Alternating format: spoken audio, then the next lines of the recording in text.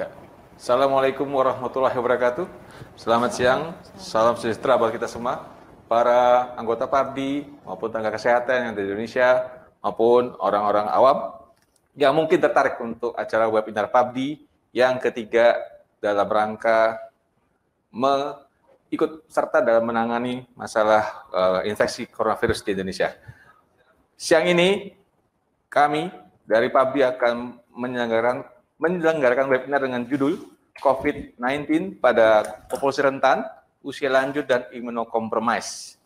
Pada siang ini kami sudah mendapatkan dua pembicara yang akan menyampaikan beberapa materi, antara lain Dr. Edi Rizal Wahyudi, spesialis dalam konsultan geriatri Finasim, yang akan menyampaikan topik mengenai COVID-19 pada pasien usia lanjut, dan Dr. Evi Yunihastuti, spesialis dalam konsultan alergi imunologi Finasim, yang akan menyampaikan topik mengenai COVID-19 dan imunokompromis.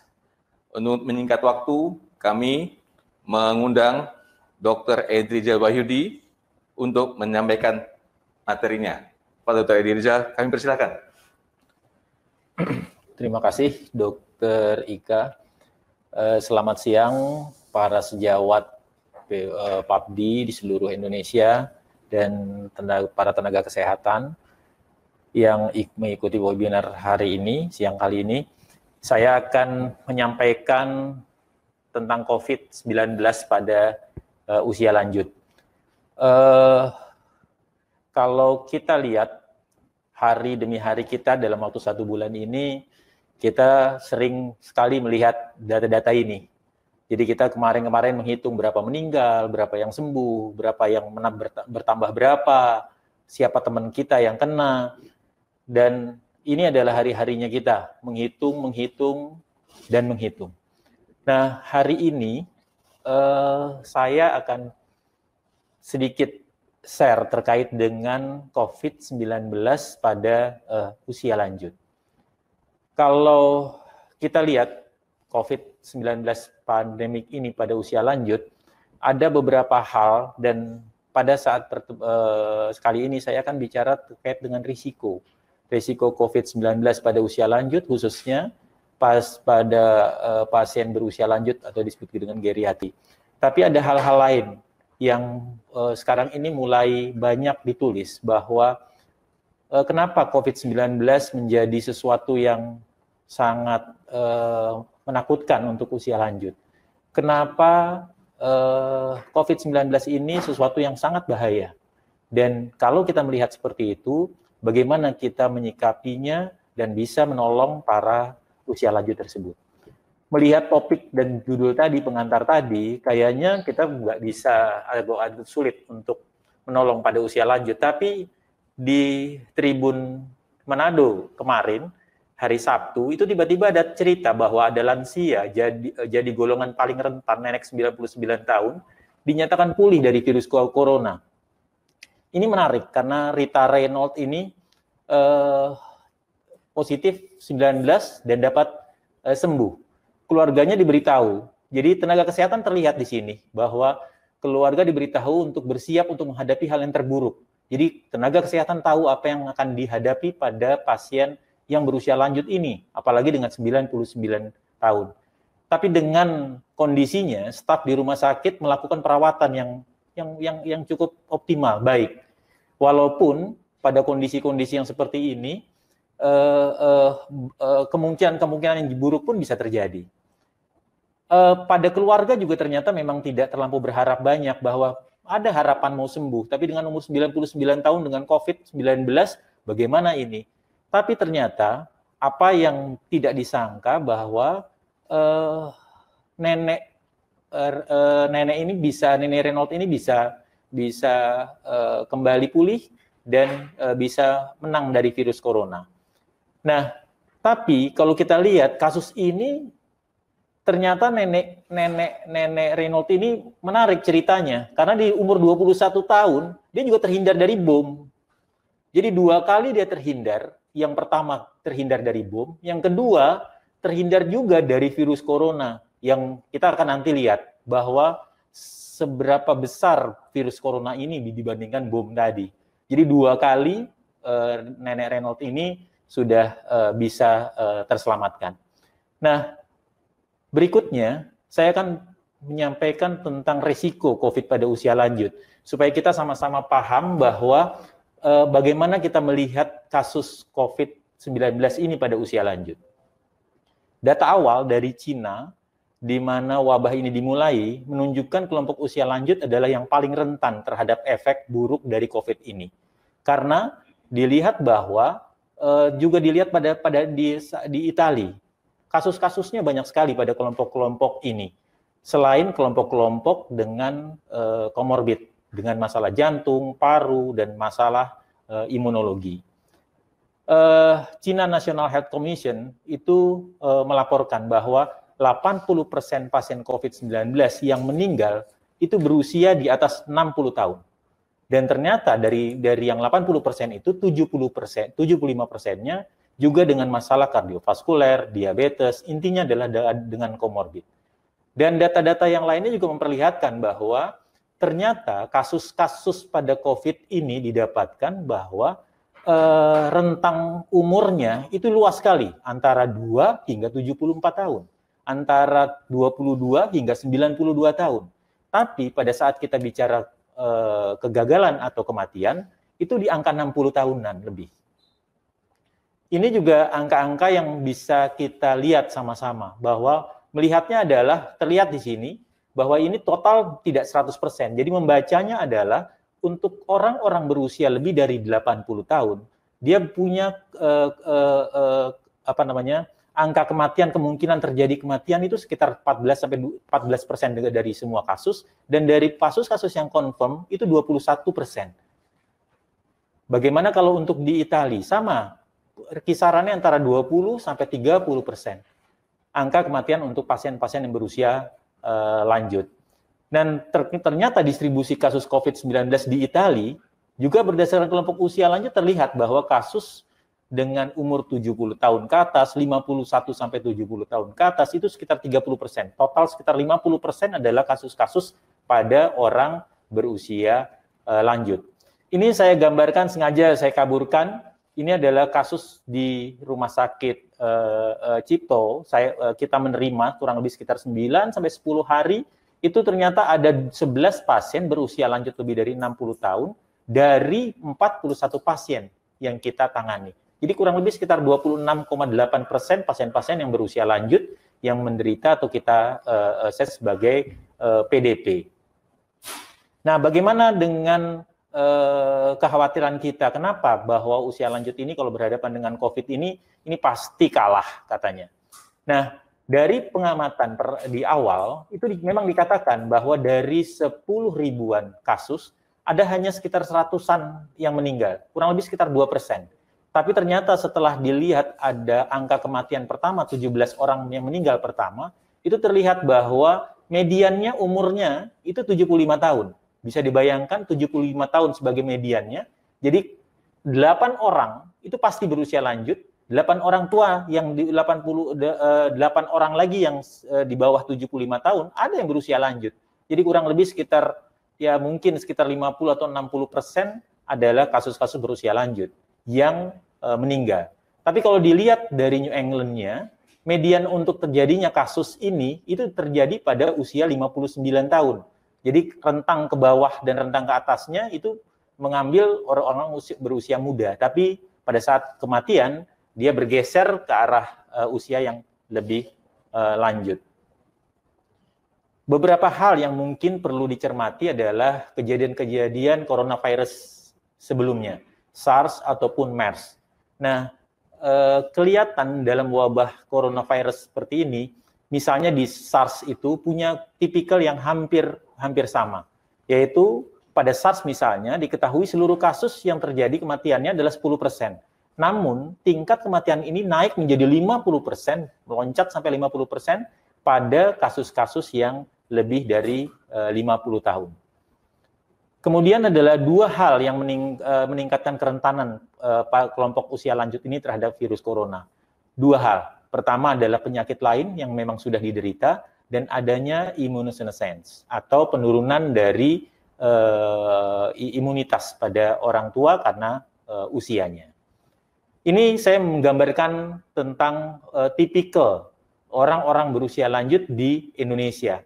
Umumnya ini adalah 10 penyakit-penyakit yang umumnya diderita oleh orang-orang berusia lanjut di Indonesia. Multimorbidity-nya ada, ya, data-datanya tentang hal ini. Dan ternyata tingkat kematian COVID-19 karena komorbidity ini juga tinggi sekali. Misalnya pada kardiovaskuler. Ternyata pada orang dengan kardiovaskuler, tingkat kematiannya 13,2%. Bisa dibayangkan tadi usia lanjut dengan jantung, itu akan meningkatkan kembali kemungkinan untuk gagalnya. Juga demikian untuk diabetes, ada hipertensi, dan ada keganasan. Nah, hal yang lain adalah saya mengingatkan kembali tentang immunosenescence, bahwa ini terjadi pada orang berusia lanjut. Ada perubahan imunitas, innate maupun adaptif, dan pembentukan yang mengakibatkan pembentukan antibodi pada usia lanjut lebih lambat dan dapat menurun lebih cepat. Nah, kemudian kita bicara tentang bahaya pada usia lanjut. Saya kasih ilustrasi bahwa pada usia lanjut dengan adanya morbiditas, adanya immunosenescence. Nah, kalau dia terkena virus atau COVID-19, itu banyak hal yang bisa terjadi. Salah satunya terjadi cytokine storm, ada badai sitokin yang biasa sering sekali terjadi dalam penelitian-penelitian didapatkan orang-orang dengan immunosenescence kemungkinan terjadi lebih sering terjadi badai sitokin ini. Inilah yang mungkin bisa menyebabkan kegagalan pada orang yang berusia lanjut. Di samping itu, tentang pelayanan kesehatan, pada saat wabah terjadi, kualitas pelayanan khususnya pada usia lanjut pasti menurun. Nanti untuk hal ini akan saya gambarkan apa yang terjadi dari hal-hal yang memang sudah terjadi, mungkin sudah terjadi dialami oleh teman-teman semua saat ini. Nah, hal inilah yang mencetuskan kenapa atau pada usia lanjut akhirnya gagal dan akhirnya meninggal dunia. Melihat itu semua, akhirnya kita mulai berpikir, apa yang kita bisa lakukan pada kelompok ini? Saya ambil dari webinar kita sebelumnya. Dr. Adityo, Dr. Martin sudah bicara tentang diagnostik dan tentang terapi. Ini salah satunya tentang diagnostik.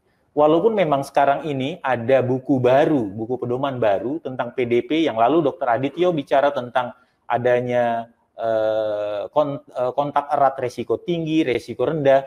Pada buku yang baru kita tidak mengenal lagi istilah itu. Istilah baru yang kita kenal adalah orang tanpa gejala. Jadi ada PDP, ODP, OTG.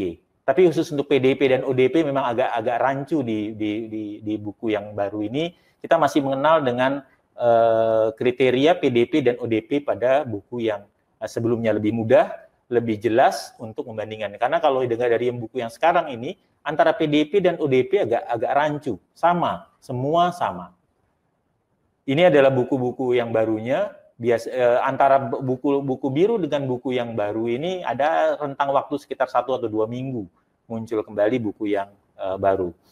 Nah, kalau kita lihat apa yang disampaikan oleh Dr. Adityo saat itu tentang bagaimana gejala-gejalanya, kriterianya, terus masuk ke dalam laboratorium, bagaimana umumnya yang didapat, tapi pada usia lanjut ternyata proporsi pasien dengan peningkatan jumlah sel darah putih atau neutrofil pada usia lanjut itu cenderung lebih tinggi.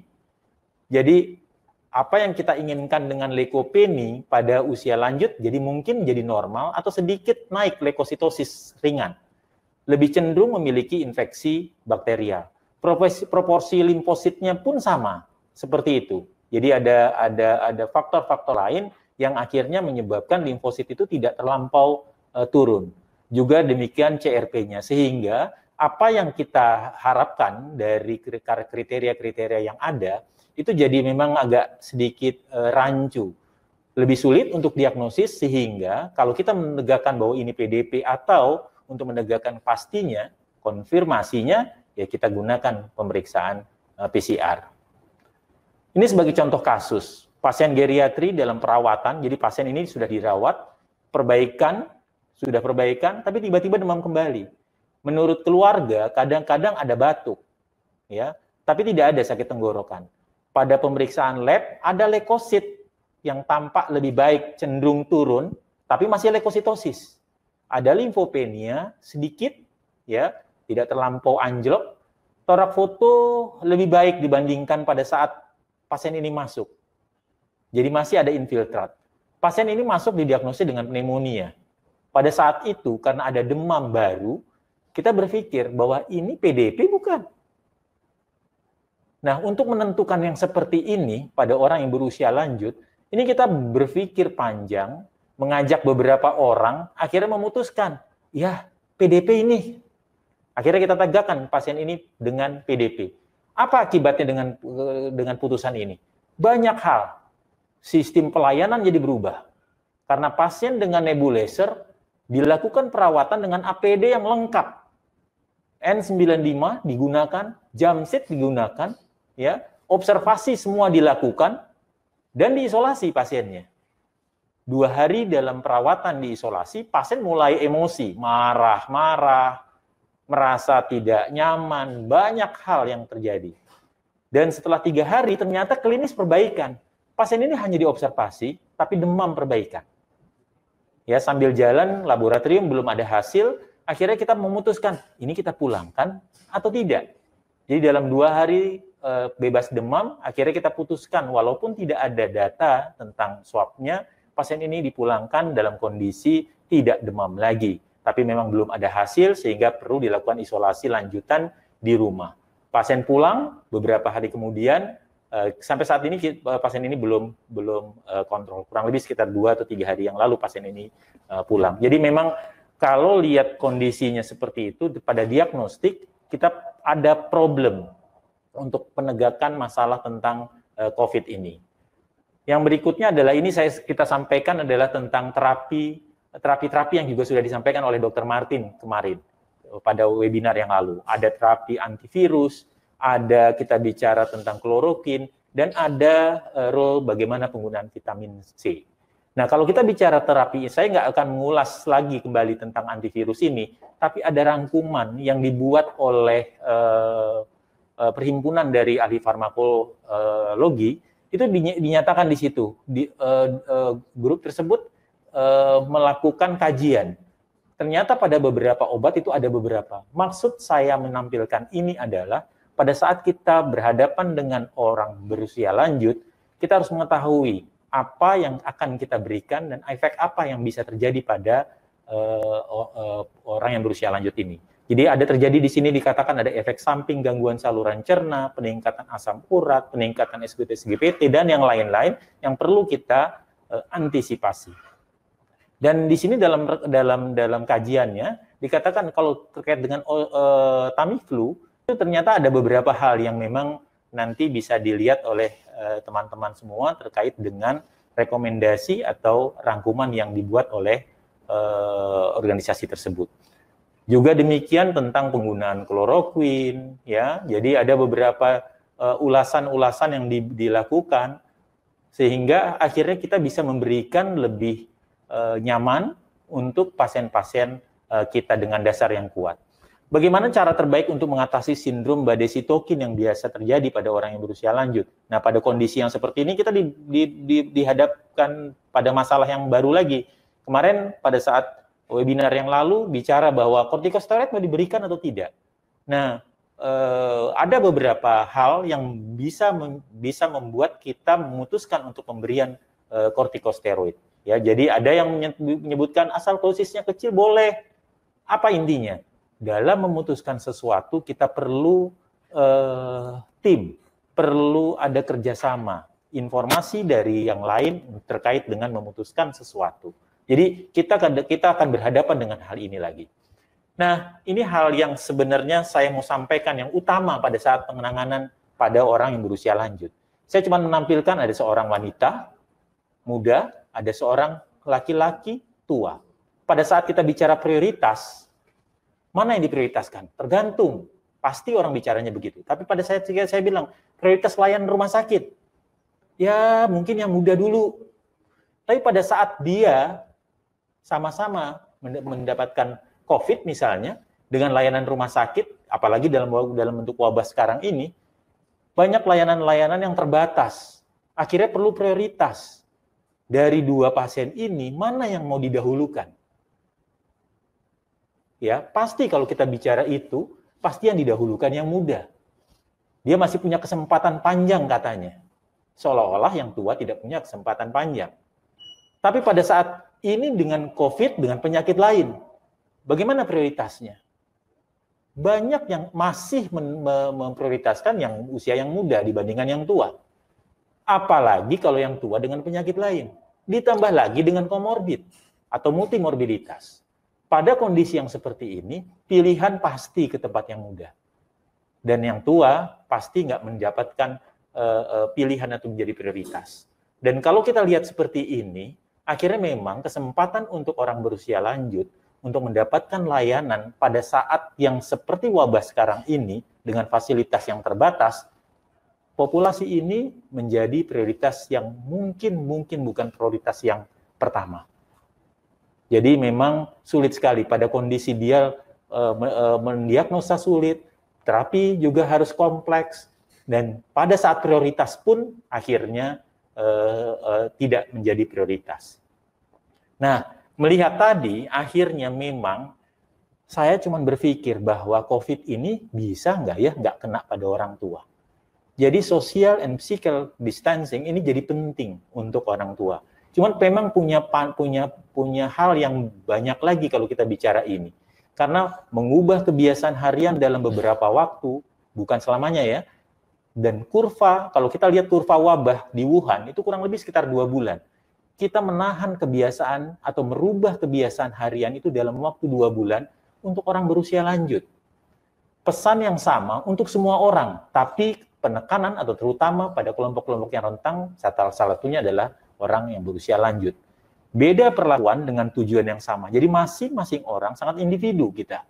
Perlu memahami kebutuhan dan perlu dilakukan komunikasi. Lakukan semua tindakan pencegahan untuk menghindari infeksi. Karena tadi pada saat infeksi diagnosis susah, tapi pada saat sudah kita diagnosis masuk dengan pelayanan yang bukan prioritas. Jadi memang menghindari infeksi jadi pilihan yang paling baik untuk populasi tua ini. Beberapa persoalan yang terkait dengan social and physical distancing ini beberapa sudah mulai muncul. Pertama misalnya nenek 82 tahun, sebuah keluarga. Nenek ini tinggal di panti, sudah 1 tahun atas keinginan sendiri. Keluarganya bertanya, dijemput pulang atau tidak? Nah, pada saat kita lakukan evaluasi, ternyata memang aman untuk di rumah, tapi beberapa cucunya mungkin tidak bersama-sama dengan si nenek. Jadi banyak pilihan untuk kita memutuskan satu persoalan. Kakek 79 tahun misalnya, aktif bekerja 3 kali seminggu. Bagaimana mengajak untuk mau di rumah? Karena nggak mau dia di rumah. Akhirnya harus diputuskan, harus diajak bersama untuk memutuskan apa yang terbaik untuk kakek ini.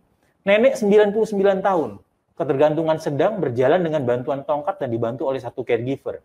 Pada saat kita rumahkan, kita harus tahu bahwa mungkin si nenek dapatnya, kalaupun dapat COVID-19 dari caregivernya, dari orang yang mengunjunginya. Jadi penting betul melihat bahwa para orang tua ini bisa mendapatkan cross infeksi dari keluarga-keluarga dekatnya.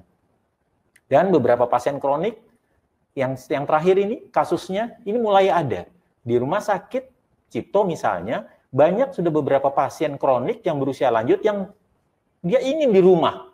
Akhirnya apa? Tidak melakukan pengobatannya dengan tepat. Saat ini harus datang ke rumah sakit dan harus dirawat karena kondisinya. Jadi banyak faktor yang juga perlu diperhatikan pada saat kita mau melakukan. Kita mau mencegah, justru ada problem-problem yang lain akan muncul. Nah, dalam social and physical distancing ini juga mempraktekkan jarak sosial dan jaraknya tidak berarti isolasi dan kesepian. Jadi kita harus tetap menghargai dan mengajak para orang tua ini seperti apa kita harus melakukannya berdiam di rumah misalnya.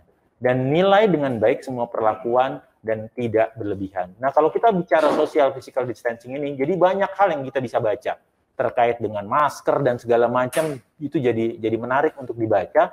Jadi kita pilihkan yang mana yang terbaik, desinfektan yang apa dan antiseptik, itu jadi bahan pembicaraan yang menarik sehingga kita bisa melindungi populasi tua atau kakek nenek kita terhadap COVID-19 ini. Sebagai simpulan, COVID-19 adalah ancaman yang pasti untuk usia lanjut. Yang kedua, penegakan diagnosis pada usia lanjut tidak sulit dilakukan. Yang sulit kita lakukan saat ini adalah memastikan pasien usia lanjut mendapat prioritas pelayanan yang baik. Dan yang ketiga, mencegah infeksi COVID-19 mungkin satu-satunya cara yang harus kita lakukan untuk kelompok populasi ini agar senyum dan suaranya masih bisa kita lihat pada minggu yang akan datang. Mungkin itu yang saya bisa sampaikan. Terima kasih. Assalamualaikum warahmatullahi wabarakatuh. Waalaikumsalam warahmatullahi wabarakatuh. Terima kasih Dr. Edi atas tampilan yang menarik dari presentasinya. Dan kita berharap kakek 79 tahun bukan dokter ya Dr. Edi ya. Masih 3 kali bekerja dalam seminggu. Ya, biasanya begitu biasanya. Dokter yang sampai tua-tua bekerja itu dokter sama pengusaha. Baik, selanjutnya akan kami mengundang Dr. Evi Yunihastuti, spesialis penyandang konsultan alergi imunologi, untuk menyampaikan materi mengenai COVID-19 dan imunokompromis. Kepada Dr. Evi, kami persilakan.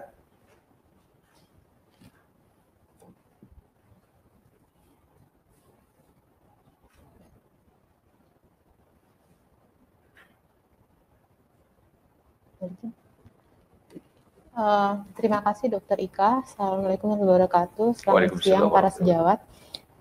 Saya akan bawakan topik tentang COVID dan kondisi imunokompromis.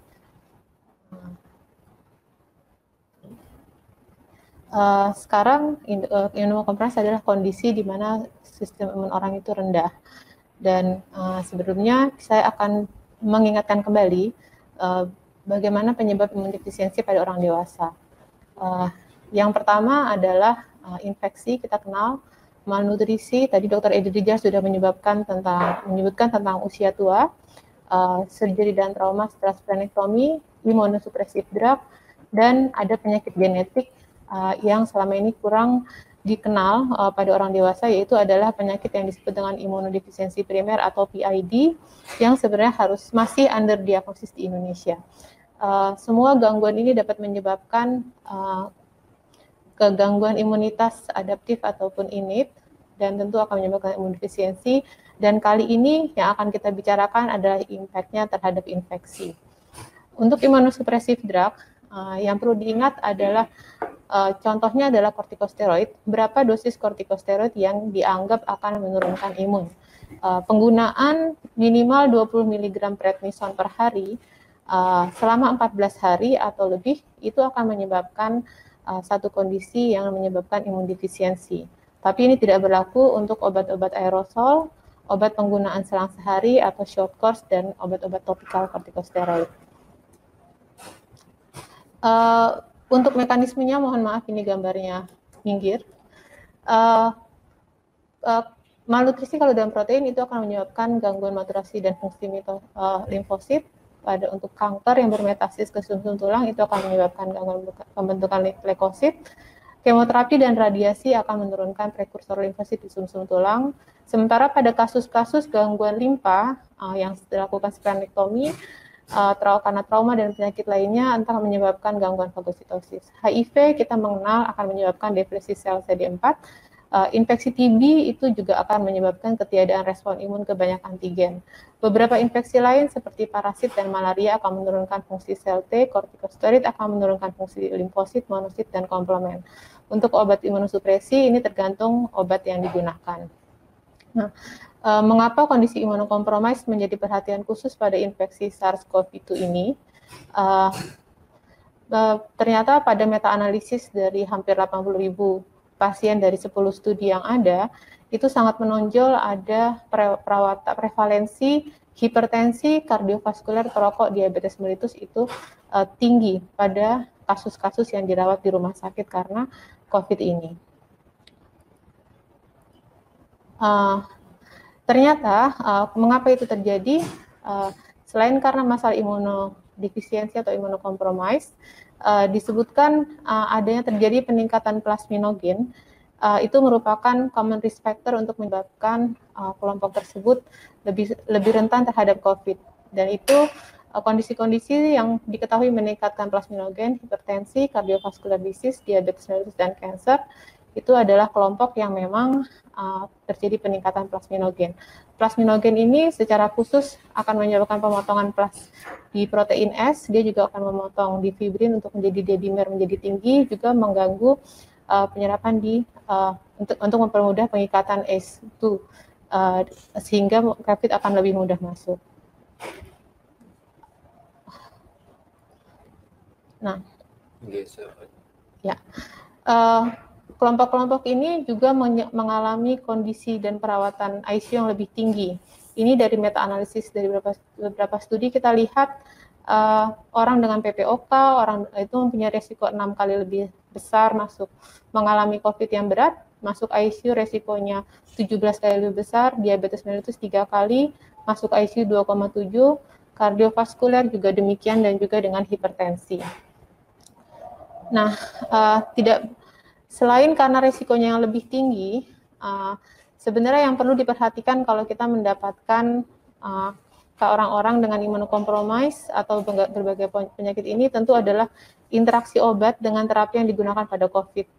Yang paling ngetop sekarang tentu adalah penggunaan azitromisin bersama kloroquine atau hidroksikloroquine yang itu akan meningkatkan prolonged QT. Tapi jangan lupa banyak juga obat-obat lain yang digunakan dalam terapi COVID, itu kalau menggunakan lopinavir, ritonavir, atau kloroquine dan hidroksikloroquine juga akan mempengaruhi penurunan kadar ataupun kemungkinan risiko lebih tinggi. Misalnya contohnya adalah propanolol, itu juga akan termasuk obat yang dapat menyebabkan pemanjangan prolonged QT kalau digunakan bersama dengan kloroquine atau hidroksikloroquine. Demikian juga dengan obat-obat diabetes mellitus. Saat ini kebetulan University of Liverpool itu sudah membuat dan setiap hari bisa mengupdate. Kita sebagai dokter bisa melihat di www.covid19druginteraction.org yang sejauh bisa melihat sendiri.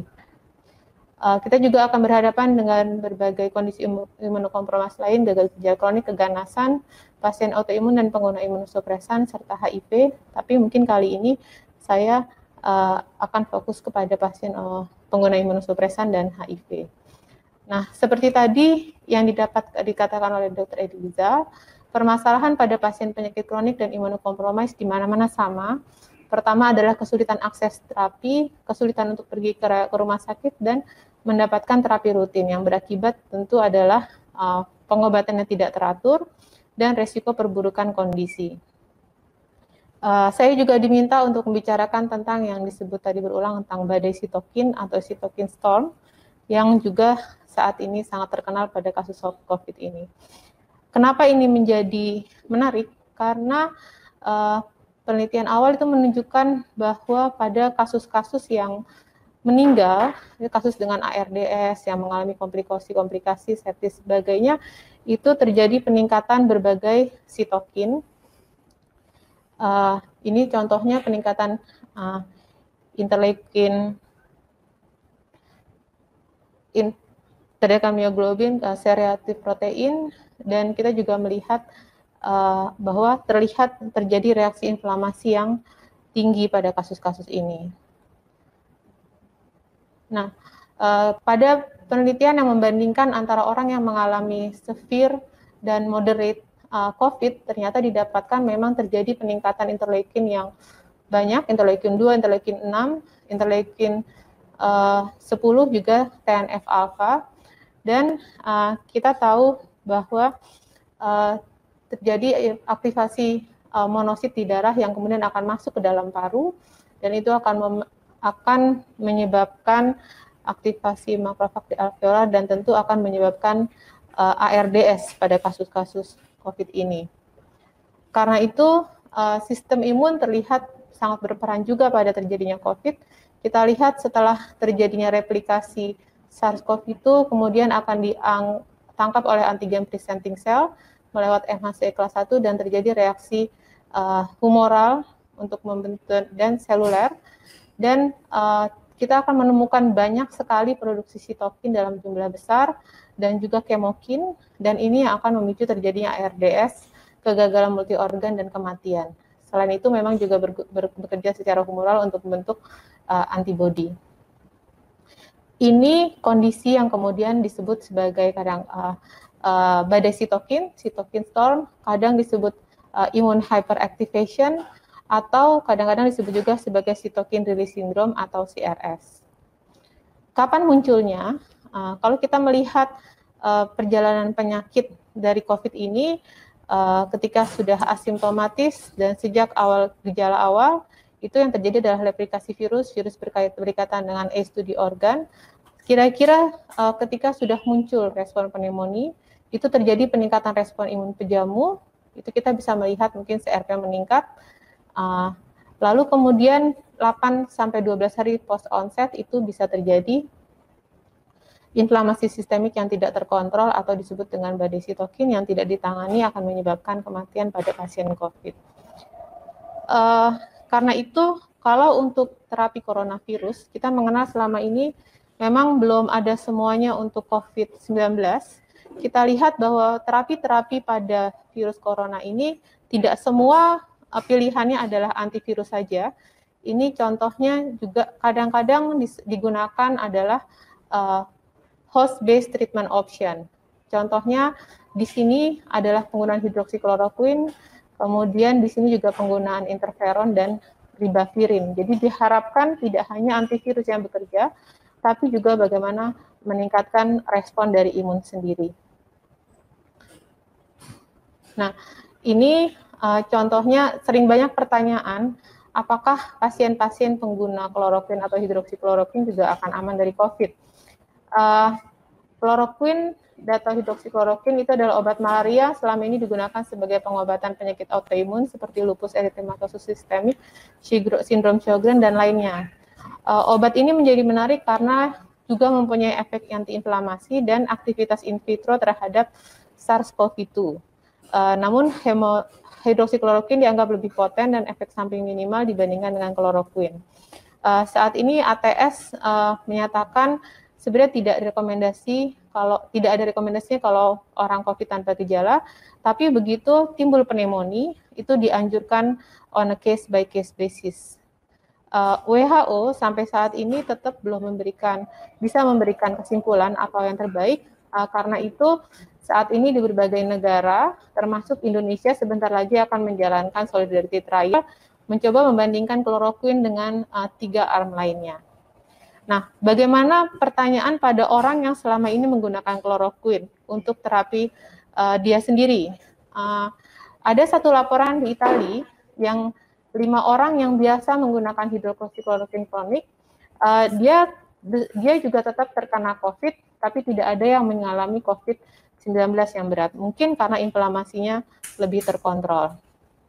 Kita juga lihat bahwa tadi contohnya selain kloroquine dan hidroksikloroquine, ada terapi lain yang digunakan yang berdasarkan host base, contohnya adalah meplazumab dan nanti tocilizumab dan IVIG. Ini adalah antivirus favipiravir yang kemudian ternyata jurnalnya ditarik dari internet. Nah, bagaimana dengan pengguna imunosupresan lain?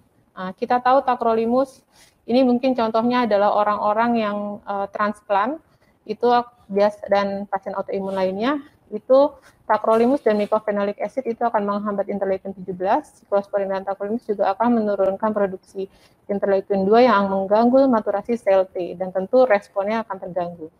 Nah, seperti pada geriatri tadi, yang perlu kita perhatikan adalah manifestasi klinis pasien imunokompromis ini, dia biasanya atipikal. Mungkin dia tidak disertai demam, mungkin dia tidak disertai dengan batuk, tapi juga mungkin akan mengurangi keparahan COVID-19. Contoh lain adalah di Italia, ada beberapa pasien artritis kronik yang menggunakan biologic DMARD atau TS DMARD. Itu jika terkena COVID, tampaknya tidak akan meningkatkan risiko komplikasi berat, jadi biasanya reaksinya ringan. Yang menarik lagi dari penggunaan imunosupresan atau yang kadang disebut imunoterapi atau kadang disebut dengan imun checkpoint inhibitor atau terapi biologi, ini contohnya adalah tocilizumab atau anti-interleukin 6. Ini laporan dari SU ini di Cina juga. Ini pada 21 orang kasus berat yang memang sudah menggunakan lopinavir, ritonavir, dan steroid, kemudian diberikan tocilizumab. Terlihat dalam 5 hari CRP turun drastis dan demam juga turun, kebutuhan oksigen juga drastis. Bagaimana pada orang-orang yang secara rutin sudah menggunakan tocilizumab? Ada satu kasus di Swiss, pasien sklerosis sistemik yang mendapatkan tocilizumab, tapi ternyata dia kena COVID, tapi reaksinya juga hanya reaksi gejala COVID yang ringan. Bagaimana dengan imunokortikosteroid? Pada pengguna steroid prednison 20 mg secara sistemik selama 14 hari, tentu resikonya adalah mengalami imunodefisiensi. Sama, pada pengguna kortikosteroid mungkin gejala COVID tidak khas, mungkin dia tidak demam, mungkin juga kita tidak mendapatkan CRP yang tinggi. Sementara kortikosteroid tadi juga dikatakan apakah bisa digunakan pada terapi COVID, sampai saat ini jawabannya masih berbeda-beda. Di Cina, berdasarkan pengalaman SARS, itu disebutkan menggunakan dosis prednison 0,5 sampai 1 mg pada kasus yang berat saja. Namun, itu masih banyak perdebatan karena diduga akan memperlama viral shedding. WHO saat ini tidak menganjurkan penggunaan rutin kecuali ada indikasi lain, dan pada Surviving Sepsis Campaign, pada kasus non-ARDS tidak dianjurkan penggunaan steroid, namun jika diperlukan pada ARDS dapat diberikan dengan maksimum 2 kali 40 mg methylprednisolone selama 5 hari. Untuk Itali itu pada kasus kritis secara rutin digunakan dexamethasone sampai hari ke-10. Yang menarik juga adalah bagaimana dengan pasien HIV. Kita tahu saat pasien HIV saat ini ada berbagai kondisi. Yang pertama adalah pasien HIV yang belum terapi ARV, atau dia sudah dapat terapi ARV tapi virusnya belum tersupresi atau viral load belum terdeteksi. Ada juga kasus-kasus yang sudah terapi ARV, virusnya sudah tidak terdeteksi, tapi CD4-nya belum kembali ke normal, atau yang kita sebut sebagai immunological non-responder atau INR. Kelompok ketiga adalah sudah terapi ARV, virusnya tersupresi, CD4-nya sudah normal. Ini ada data di Spanyol dari Clinical Talk. Di antara ketiga kelompok tersebut tidak lebih beresiko terkena COVID-19 atau perburukan menjadi ARDS. Dan itu tidak berlaku hanya pada pengguna ARV yang menggunakan lopinavir, ritonavir, ataupun aluvia. Diduga reseptor SARS-CoV-2, struktural spike glycoprotein S itu tampaknya tidak tergantung pada reseptor CD4. Dan HIV tidak berkontribusi pada genom SARS-CoV-2. Nah, sementara CDC menyatakan CD4 rendah sebelumnya diketahui berisiko komplikasi infeksi pernafasan lain. Kita tahu bahwa semua orang dengan CD4 rendah berisiko komplikasi ini, namun bagaimana peranannya pada COVID-19 sampai sekarang belum diketahui. Mungkin saat ini juga belum ada laporan-laporan bagaimana COVID pada pasien HIV. Saya sendiri juga belum banyak mendapatkan, tapi mungkin dengan makin banyaknya kasus, kedepannya kita akan lebih mengenal kondisi COVID pada HIV. Secara umum, tentu bagaimana sih rekomendasinya pada pasien imunokompromis? Yang jelas adalah minimalkan face-to-face kontak. Kita berharap bahwa para dokter bisa memberikan persediaan obat lebih lama, kemudian memberikan konsultasi online atau teks, bahkan beberapa ada yang menawarkan bagaimana dengan pengiriman obat. Tapi tentu ini tergantung dari persediaan obat dan kondisi di tempat masing-masing. Jika seorang dengan imunokompromis datang ke rumah sakit, usahakan itu melewati clean route, yang tidak melewati zona merah atau yang lain, dan tentu seperti rekomendasi WHO sekarang, semua pakai masker, tidak hanya orang yang sakit. Nah, untuk dosis imunosupresan itu tidak diturunkan sesuai dengan gejala klinis, karena kalau main diturunkan atau di stop sendiri, tentu bahayanya adalah penyakit utamanya akan menjadi flare lagi. Atau kalau penghentian prednisone atau steroid tiba-tiba, yang akan timbul adalah sindrom withdrawal steroid. Dan jika ada orang dengan imunokompromis yang mengalami gejala COVID, tentu akan mengikuti alur yang ada. Saat ini tidak ada penata laksanaan yang berbeda antara pasien dengan imunokompromis dibandingkan dengan pasien COVID lainnya. Nah, kesimpulannya sebenarnya banyak yang belum kita ketahui, dan tentu ilmunya ini masih terus berjalan dengan makin banyak kasus, dan jangan lupakan chain of reaction.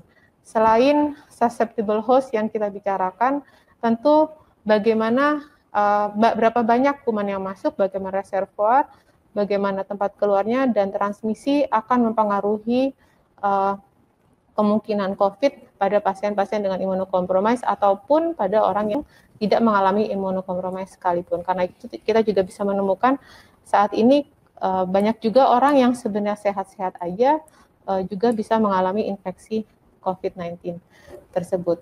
Terima kasih. Assalamualaikum warahmatullahi wabarakatuh. Waalaikumsalam warahmatullahi wabarakatuh. Terima kasih Dr. Evi atas presentasi sangat menarik, karena presentasi belum selesai, pertanyaan sudah banyak sekali. Baik, kita masuk ke dalam pertanyaan jawab ya. Oke, jadi Dr. Evi dan Dr. Edi Rizal, pertanyaannya tadi Dr. Evi belum selesai, ini sudah ada 10 lebih pertanyaan tentang imunokompromis. Tapi saya memberikan kesempatan Dr. Edi Rizal dulu untuk memberikan jawaban. Ini ada pertanyaan sangat menarik memang. Apakah pada geriatri bisa tanpa keluhan tapi ditemukan positif pneumonia? Iyalah. Gambaran foto ronsennya pneumonia. Tapi keluhan nggak ada. Seperti yang kita anggap sama ini, kalau pasien geriatri itu nggak ada keluhan. Oke, terima kasih. Sebenarnya pada geriatri tetap melekat kriteria-kriteria yang kita kenal. Gejala yang tidak khas. Jadi, semua bisa terjadi. Kalau kita bicara tidak khas, tadi pertanyaannya mungkin bukan berarti dia tidak punya atau asimptomatik, tapi mungkin ada gejala-gejala yang lainnya bisa. Asimptomatik bisa enggak? Biasanya pada orang tua umumnya adalah ada gejala-gejala yang lain. Ada perubahan perilaku, ada perubahan-perubahan yang memang tidak mengarah pada infeksi misalnya. Tidak ada demam, tapi ada perubahan perilaku, nggak mau makan, dan yang lain-lain. Jadi ada kriteria tadi tetap melekat pada populasi ini. Mungkin itu. Terima kasih dokter. Dan ada lagi pertanyaan berikutnya yang dokter Edi lagi biar selesai masalah geriatrinya. Nah, pada pasien-pasien COVID yang usia lanjut atau geriatri lah, biar tahu semua orang apa geriatri usia lanjut, apakah perlu penanganan khusus misalnya intubasi segera dibandingkan pasien yang usia muda? Jadi gini, sebenarnya untuk tindakan-tindakan seperti itu tetap mempunyai kriteria-kriteria. Ya, jadi kapan harus dilakukan, pada ARDS yang seperti apa yang memang harus dilakukan tindakan. Itu semua mempunyai standar, mempunyai ukuran-ukuran yang sama. Jadi tidak ada yang memang harus lebih dahulu atau tidak. Tapi yang penting adalah pada saat kita bicara COVID ini, jangan cuma berpikir bahwa pasien atau semua orang itu dengan COVID-nya saja, apalagi pada usia lanjut. Jadi harus ditangani secara menyeluruh. Pasien-pasien ini memiliki penyakit-penyakit yang lain. Nah, penyakit-penyakit yang lainnya ini yang harus juga ditangani. Karena umumnya kalau dilihat dari beberapa literatur tadi, latar belakang penyakit inilah yang menyebabkan angka kematiannya jadi tinggi. Jadi penanganannya.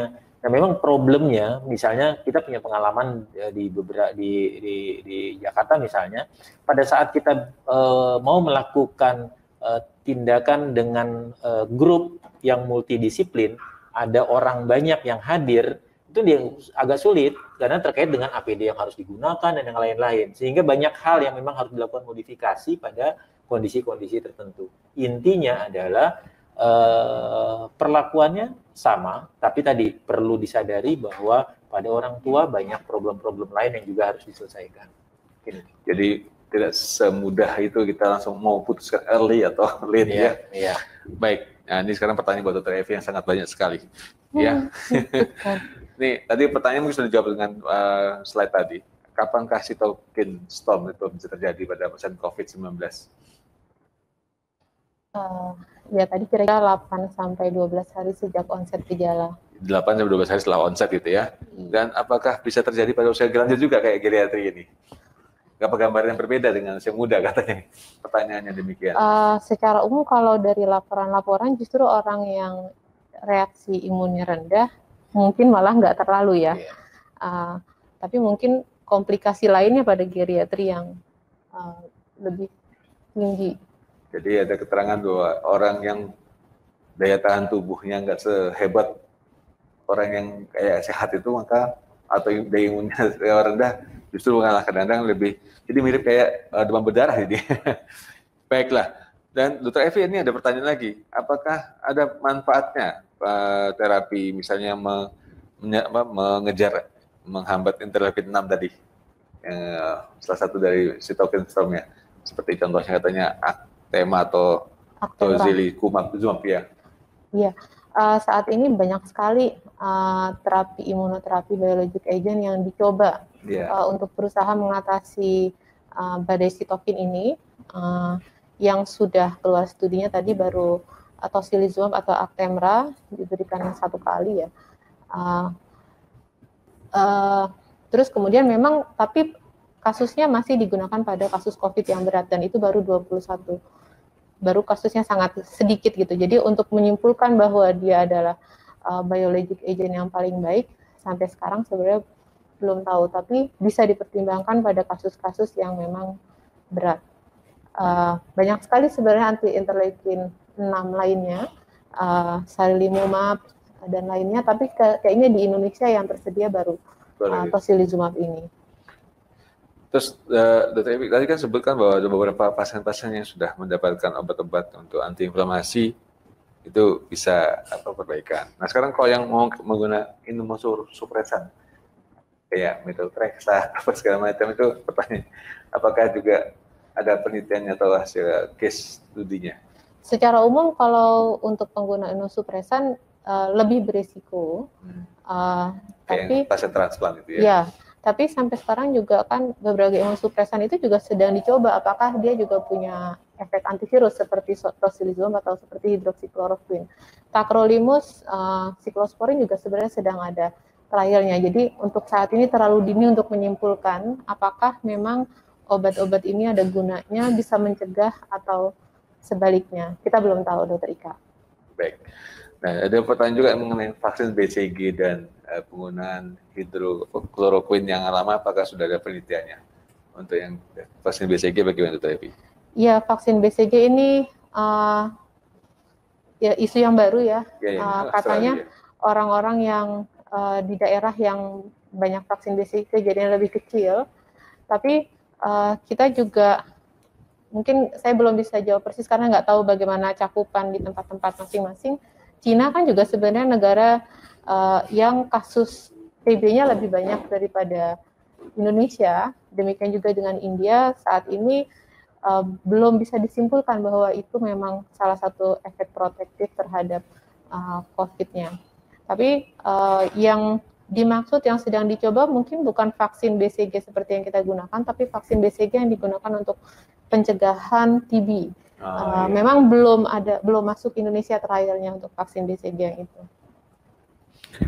Baik, terima kasih Dr. Evi, dan ini mungkin kembali lagi ya ke Dr.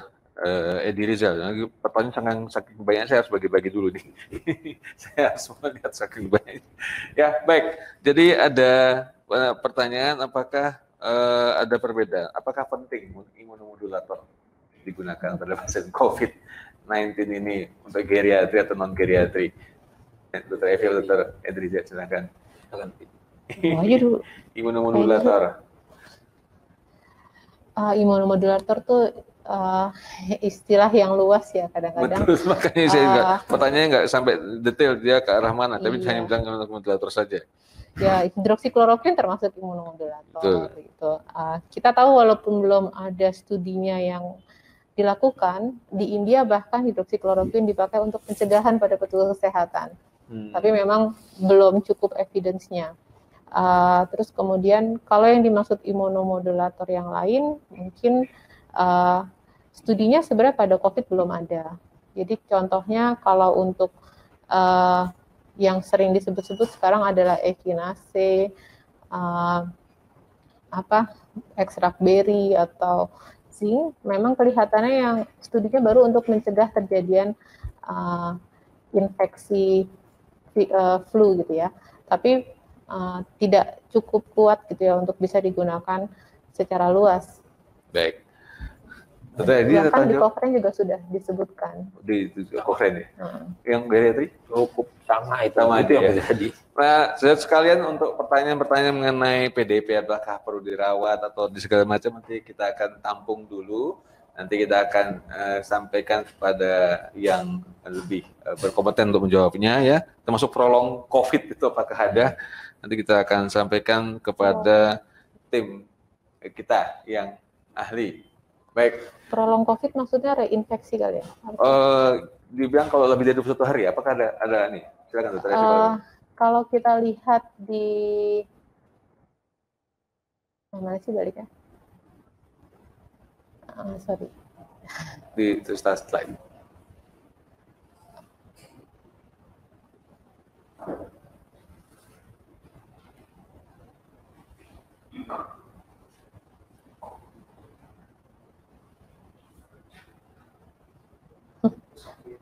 Iya udah diusap. Bisa? Usapan gue nggak oke nih.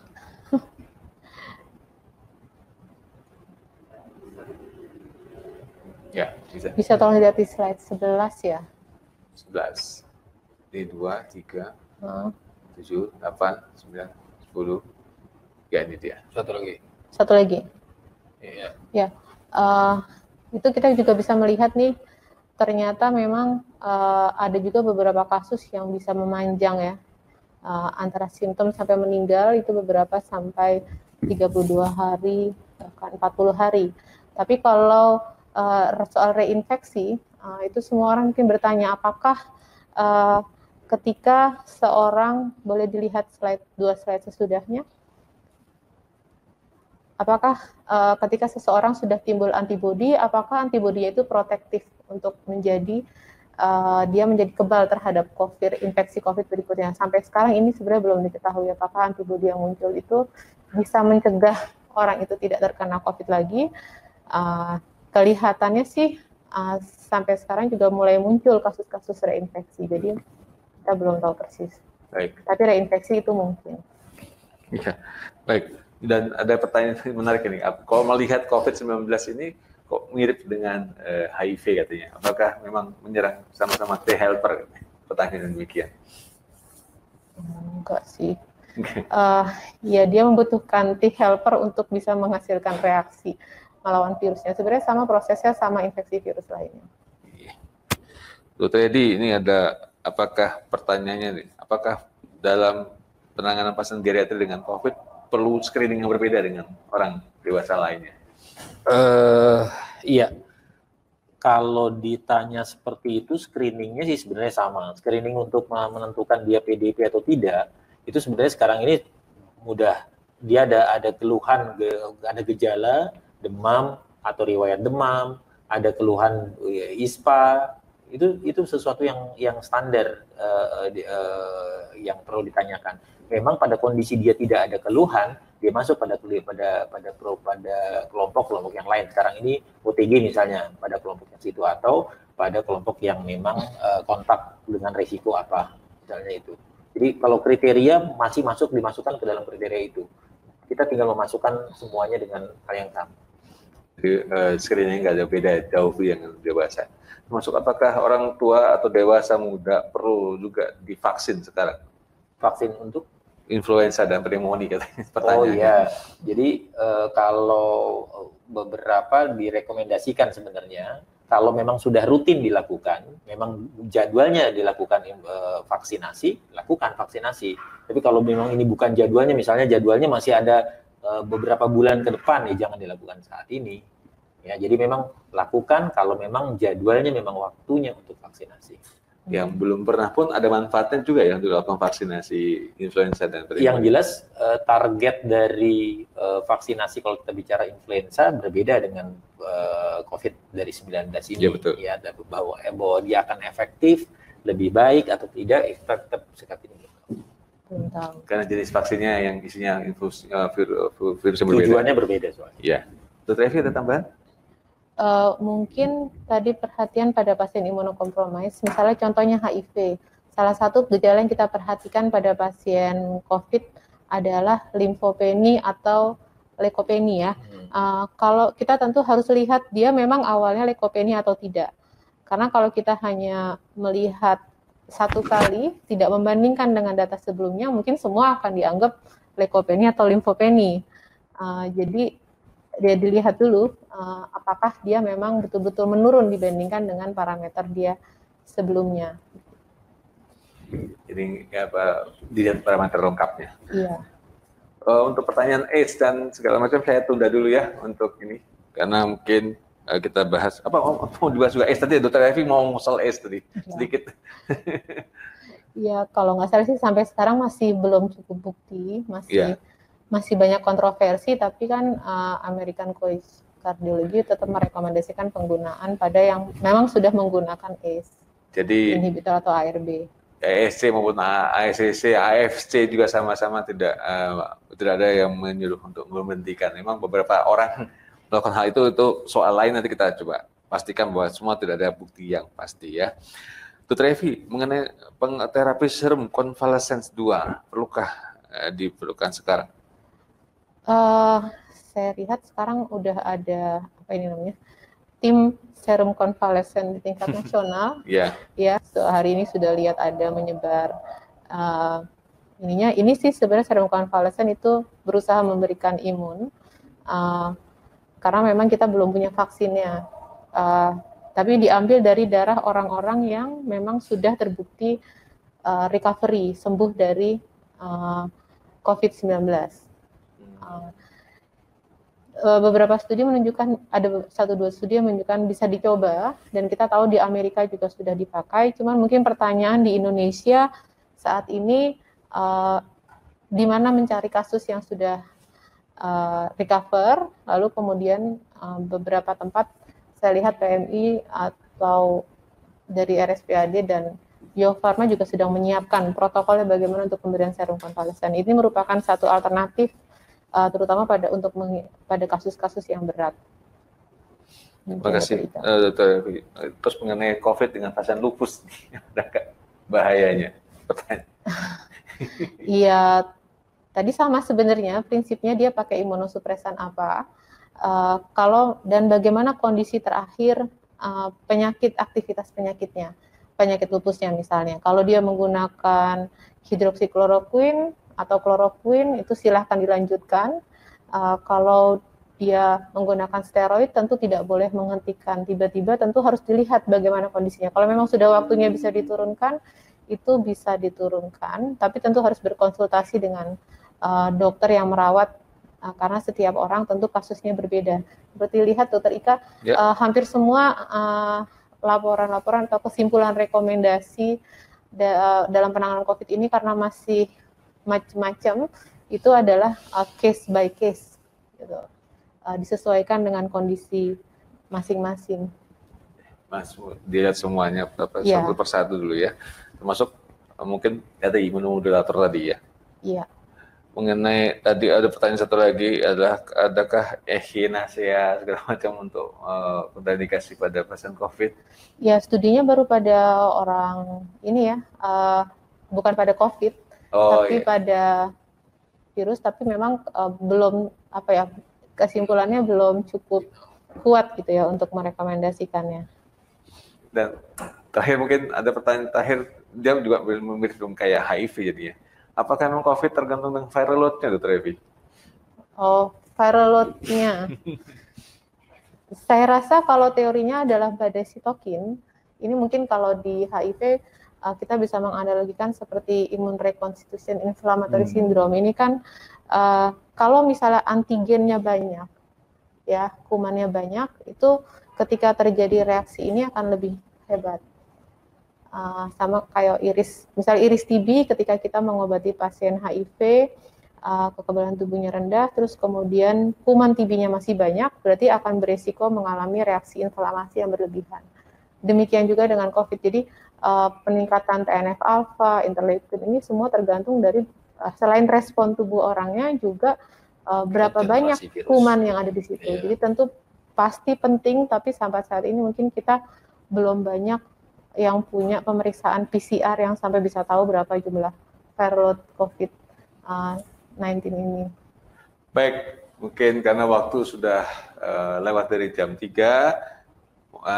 pertanyaan masih banyak sebenarnya Dr. Evi dan Dr. Edi, cuma karena kita sudah terbatas oleh waktu, nanti bagi sejawat sekalian yang mengikuti acara webinar kali ini, bila masih ada pertanyaan silahkan sampaikan ke email Pabdi, ya, dan jangan lupa untuk ikut serta atau mengikuti lagi webinar berikutnya yang bentuknya serial untuk mempersiapkan para sejawat menghadapi COVID-19. Kami berharap dengan adanya webinar dari Pabdi ini bermanfaat bagi kita semua untuk menangani pasien-pasien kita, dan kita berdoa semoga kita bisa menghadapi atau menyelesaikan atau menjalani pandemi ini dan selesai dalam cepat dan tidak waktu-waktu yang lama, sehingga kembali kita dalam kondisi yang sehat walafiat. Terima kasih kepada Dr. Evi Yuni Hastuti dan Dr. Edi Rizal yang sudah menjadi narasumber pada siang hari ini, dan kepada sponsor yang sudah memberikan paketnya, dan kepada Pabdi yang sudah menyiapkan. Kami tunggu kehadiran sejawat sekalian pada webinar berikutnya yang akan disampaikan atau diumumkan oleh Humas Pabdi. Sampai jumpa lagi pada webinar yang berikutnya. Billahi taufiq wal hidayah. Assalamualaikum warahmatullahi wabarakatuh. Waalaikumsalam warahmatullahi wabarakatuh. Nggak boleh. Social distancing.